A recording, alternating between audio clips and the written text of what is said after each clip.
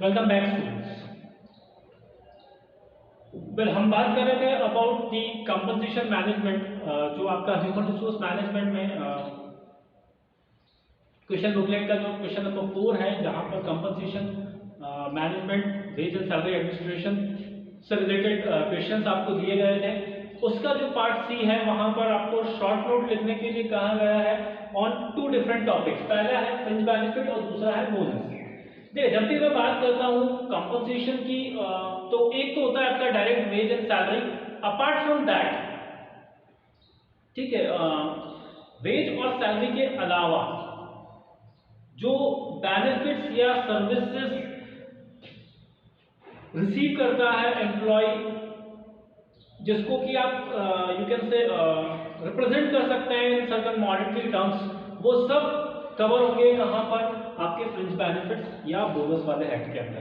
तो वेज और सैलरी के अलावा मॉनेटरी फॉर्म में जो आपकी रिसीविंग्स होती हैं, वो या तो फ्रिंज बेनिफिट्स की तरह से होंगी या फिर बोनस के फॉर्म में होगी।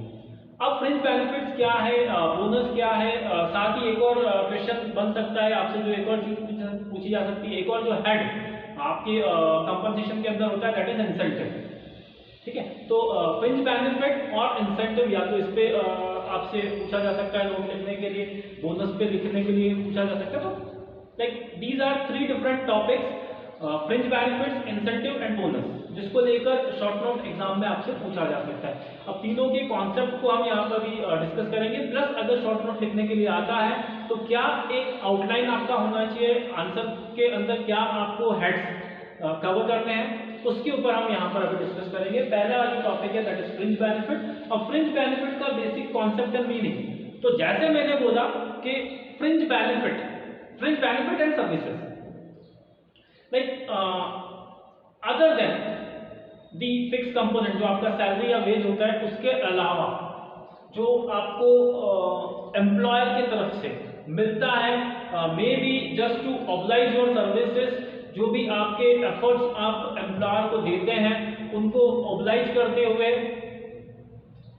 एम्प्लॉयर अगर अपने एंड से आपको कुछ एक्स्ट्रा फैसिलिटीज एमिनिटीज देता है, तो वो चीजें जो है फ्रिंज बेनिफिट्स के अंदर जा सकती है, जिनकी एक मॉनेटरी वैल्यू होगी, जिनको आप रिप्रेजेंट कर सकते हैं इन नंबर्स, बट स्टिल वो डायरेक्ट आपका जो यू कैन से सैलरी है उसका पार्ट नहीं होगी। तो पहली चीज कि ये जो आपका फ्रिंज बेनिफिट है, it is not part of your salary या वेजेस। ठीक है, अब क्या क्या उसके अंदर आ सकता है वो हम देखेंगे, लेकिन पहले के ये फ्रिंज बेनिफिट्स क्या पर्पस सॉल्व करते हैं।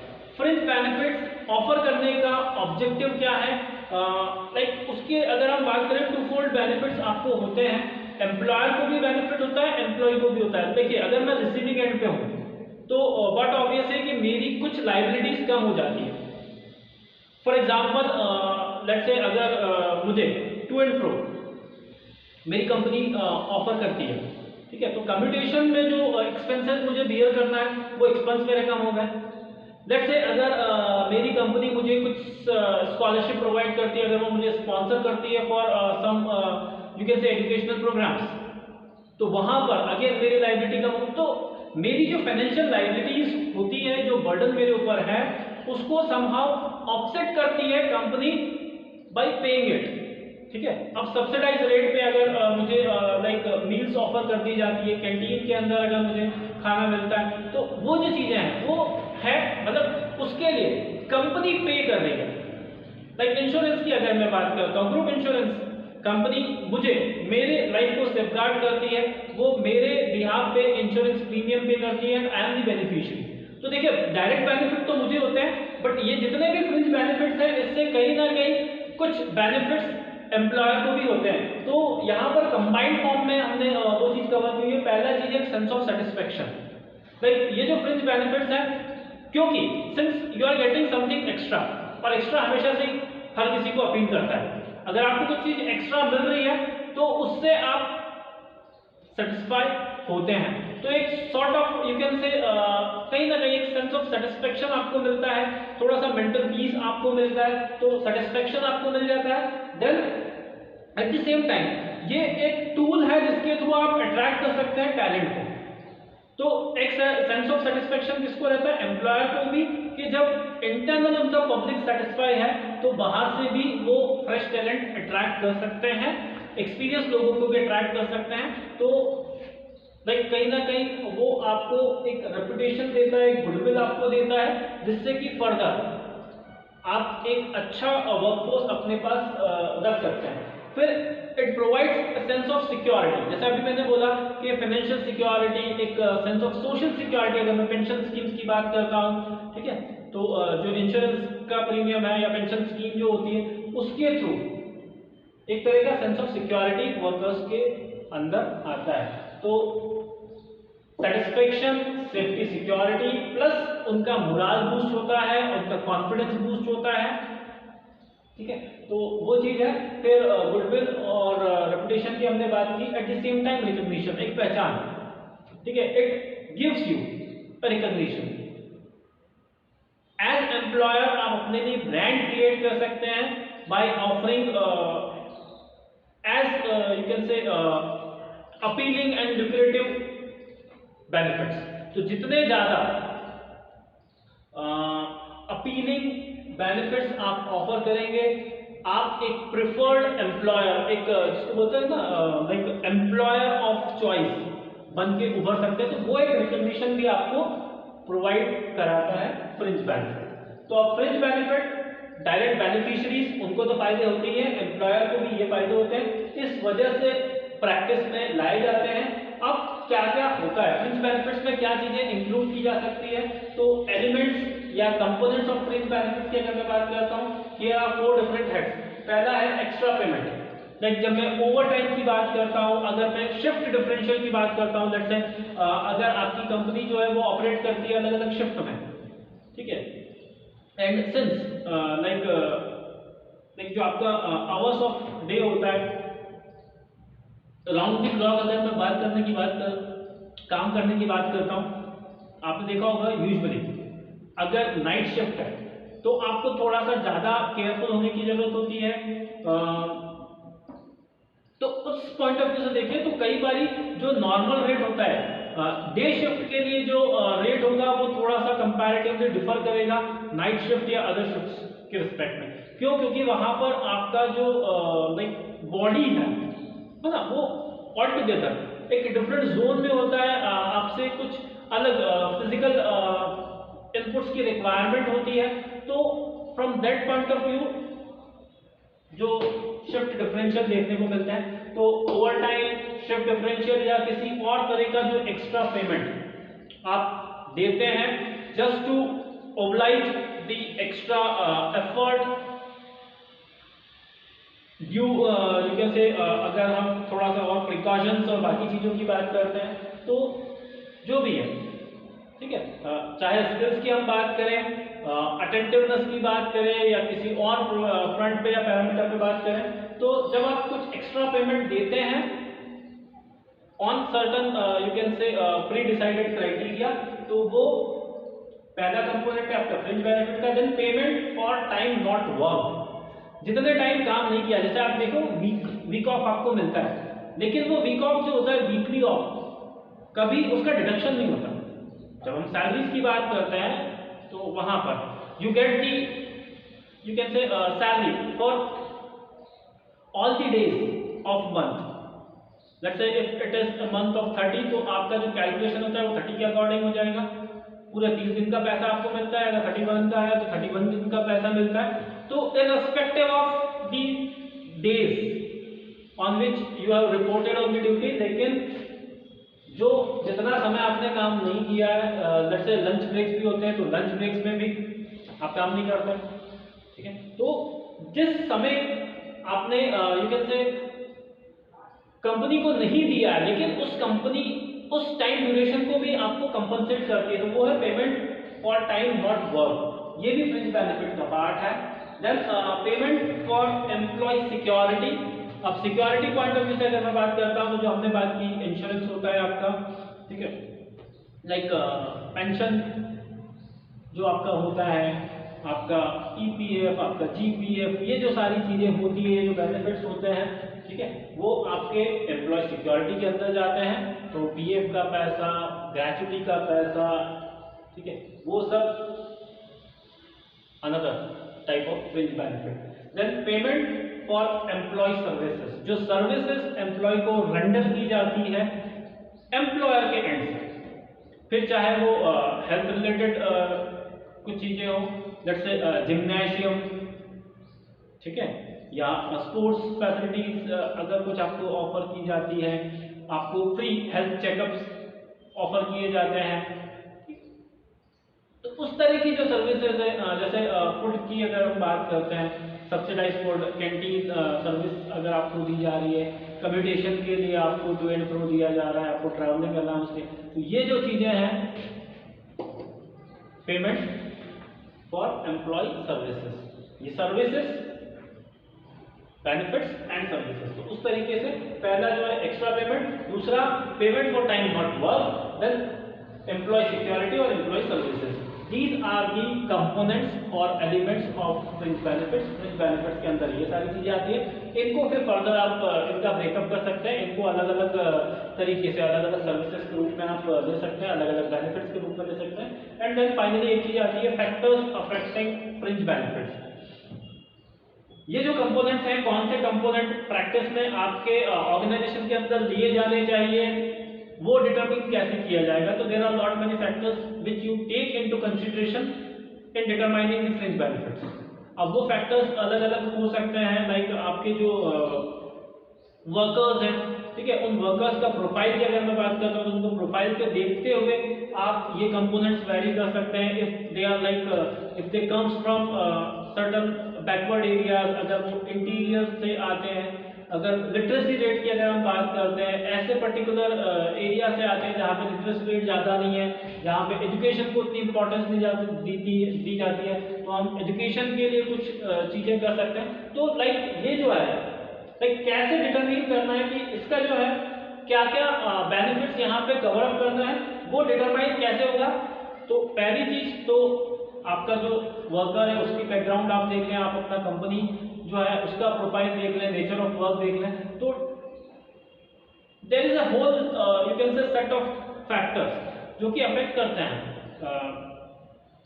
तो आपकी लाइक फाइनेंशियल जो वेलबीइंग है, एज ए कंपनी आपकी स्टैंडिंग कितनी पुरानी है, आपका रेपुटेशन कैसा है, आपके you can say profit and loss account की जब हम बात करते हैं, आपके पीएनएल और आपकी बैलेंस शीट क्या फिगर्स रिफ्लेक्ट करती है, आपका पॉकेट आपको कितना अलाउ करता है, कौन कौन से बेनिफिट्स आप देख सकते हैं, ये सारी चीजें अफेक्ट करती है। तो मतलब एम्प्लॉयर से जुड़े हुए फैक्टर्स हैं, एम्प्लॉय से जुड़े हुए फैक्टर्स हैं, अलग अलग फैक्टर्स यहाँ पे आप कंसिडरेशन में लेते हैं और उसके बेसिस पे आप डिटरमाइन करते हैं कि क्या बेनिफिट्स ऑफर किए जाते हैं। So this is about the fringe benefit. अगर मैं बोनस की बात करता हूँ तो बोनस वैसे देखा जाए तो इवन लाइक जो आपका एनैक्टमेंट है पेमेंट ऑफ बोनस एक्ट 1965, वहां पर भी कोई एक प्रिसाइज डेफिनेशन आपको बोनस की नहीं मिलेगी। बट बोनस का जहां तक सवाल है, बोनस जैसा बोलता है हम, जो उसका एक लिटरल मीनिंग जो निकाला जाता है, बोनस मीन्स समथिंग जो लाइक एक्स्ट्रा है, ठीक है, और जो आपको प्लीज करता हो। जब भी बोनस की बात आती है मतलब एक्स्ट्रा आपको कुछ दिया गया है तो वो बोनस है। समथिंग जो कि आप एक्सपेक्ट नहीं करते हैं, जो कि यू कैन से अनएक्सपेक्टेड फॉर्म में आपके सामने आया तो बोनस, जैसे बोलते हैं ना आइसिंग ऑन द केक, वो एक तरह से ठीक है आपको पता है कि इतना मुझे मिलना है, ये मेरा सैलरी है, लेकिन इन एक्सेस अगर आपको कुछ दे दिया जाता है तो वो बोनस की कैटेगरी में जाएगा। तो वैसे तो बोनस की कोई प्रिसाइज डेफिनेशन, कोई एक फिक्स डेफिनेशन आपको नहीं देखने को मिलती है, लेकिन ओकेजनली आपके लाइक कमिटेड जो सर्विस होती है, आपके जो जितना भी टाइम आप कंपनी को देते हैं, आपके वैल्यूएबल कंट्रीब्यूशन के बेसिस पे कंपनी जो भी प्रॉफिट अर्न करती है उस प्रॉफिट को वो आपके साथ शेयर करती है इन द फॉर्म ऑफ बोनस। ठीक है, आप देखते हो on certain special occasions bonus की अगर हम बात करते हैं तो कुछ स्पेशल ओकेजन्स पे बोनस आपको दिया जाता है। स्पेसिफिकली अगर मैं इंडियन कंटेक्स्ट में बात करता हूँ, there are 2 to 3 you can say festival कुछ ऐसे ओकेजन्स होते हैं जहाँ पे आपको बोनस मिलता है। यूजुअली अगर मैं दिवाली की बात करता हूँ, इंडियन कंटेक्स्ट में Diwali is one of the festival जो कि सबसे ज़्यादा उसको होता है ना एक लाइवली मैनर में मनाया जाता है। और बहुत सारे कंपनीज के अंदर, बहुत सारी फैक्ट्रीज में आप देखते हो कि वहाँ पर आपको बोनस मिलता है। तो ईयरली बोनस या तो आप किसी यू कैन से फेस्टिवल या उस ओकेजन पे आपको मिलता है, या फिर जब आपका कैलेंडर ईयर चेंज होता है या जब आपका फाइनेंशियल ईयर चेंज होगा, तो at the end of the calendar year या फिर फाइनेंशियल ईयर, ठीक है, तो नए साल का बोनस या फिर Diwali bonus, Christmas bonus, depends, ठीक है, ईद का बोनस। तो अगर हम उसको रिलीजियस सेंटिमेंट्स के साथ जोड़ते हुए उन ओकेजन्स पे उसको जिसको बोलते हैं ना कैपिटलाइज करते हुए अगर वहां पर बोनस डिस्ट्रीब्यूट करते हैं तो वो चीज किया जा सकता है, या फिर जस्ट ईयरली, क्योंकि जब बोनस की बात आती है बोनस मिलता है yearly.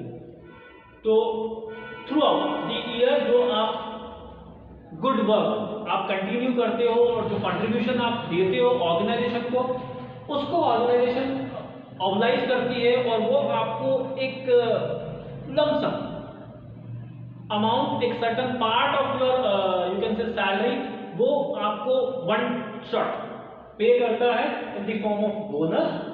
Payment of bonus act 1965 में कुछ अलग अलग प्रोविजंस बनाए गए हैं आपके पेमेंट ऑफ बोनस को लेकर। पहली चीज आती है एलिजिबिलिटी फॉर बोनस। उसके पहले भी एक्सटेंड एंड एप्लीकेशन होता है, तो कहाँ कहाँ पे अप्लाई होता है एक्ट, तो बहुत सारे लाइक आपको उसमें अलग अलग कैटेगरीज ऑफ एम्प्लॉयमेंट मिलेंगे जहां पर एप्लीकेबल होता है। वैसे तो ऑन एंड ऑल हर जगह पर पेमेंट और बोनस आपको देखने को मिलेगा।